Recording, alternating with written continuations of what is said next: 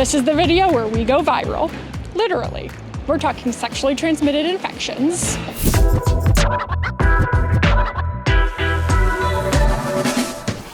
Now I know what you're thinking.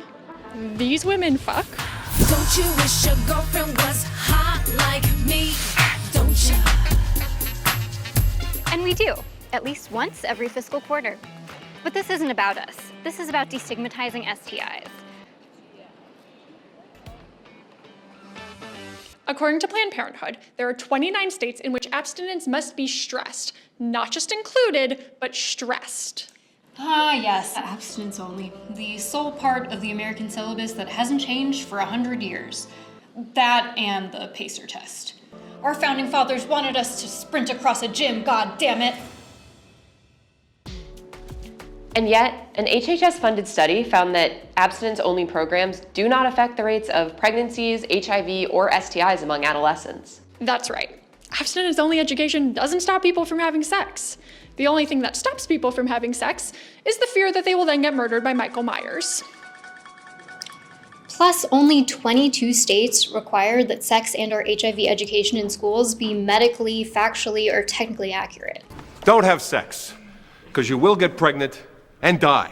My high school also taught us that girls' legs were too distracting for adult male teachers, so maybe we shouldn't take high school education so seriously. I think it's important to destigmatize STIs because they're a really common virus. This is sex and culture critic Ella Dawson, who went viral in 2015 for her women's health article entitled "Why I Love Telling People I Have Herpes." STIs don't happen to a certain type of person. They're not something that is a consequence of a bad decision. They're a very common reality of being a human being with a body.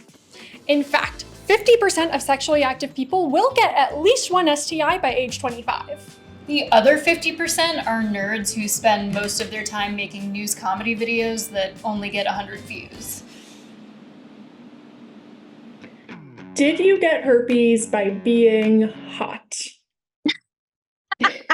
Yes, honestly, yes. No matter what, I was living my best life in college. I was exploring hookup culture. So when I look back, as much as it would have been nice to not have herpes, there's no actual experience that I would take back. Couples in monogamous relationships are no less likely to contract STIs than couples in consensually non-monogamous ones. People can enter a relationship without realizing they have an STI, they may not use condoms as often, and apparently, people cheat on their partners. I'm single, so the only thing I can cheat on is my eye exam. I refuse to wear glasses no matter how blurry everything is. If you're having sex, there's this possibility that you're going to get an infection. This is nurse practitioner Sarah Kiser, who has over a decade of experience in the healthcare industry and is a content creator and public speaker. That's why we're going to do some screening so that we can catch these things when they occur to you. It's not something to ever have panic about if you're empowered with knowledge. It's time to test your STIQ. True or false, you would know if you had an STI. I feel like you would know.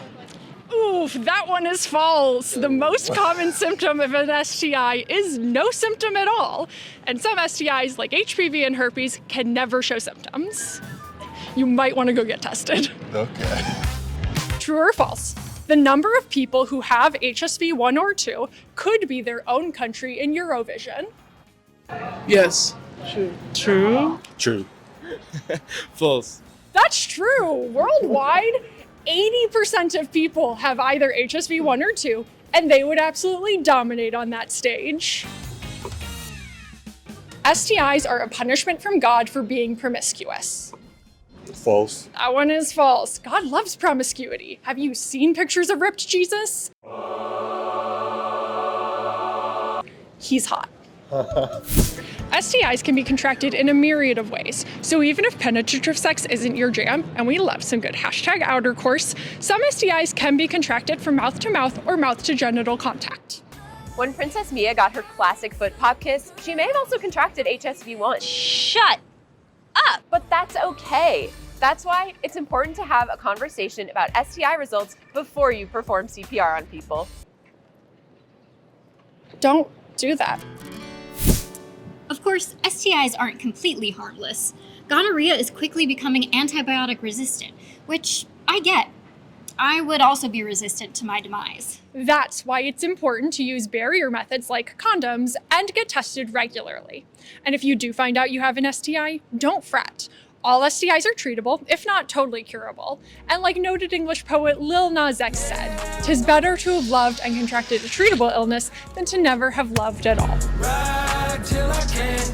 My sex ed class was just don't get AIDS. That's it. That was my sex ed class. Big yikes. Yep. Next time on Just So You Know, motherhood. It's like really bad in America.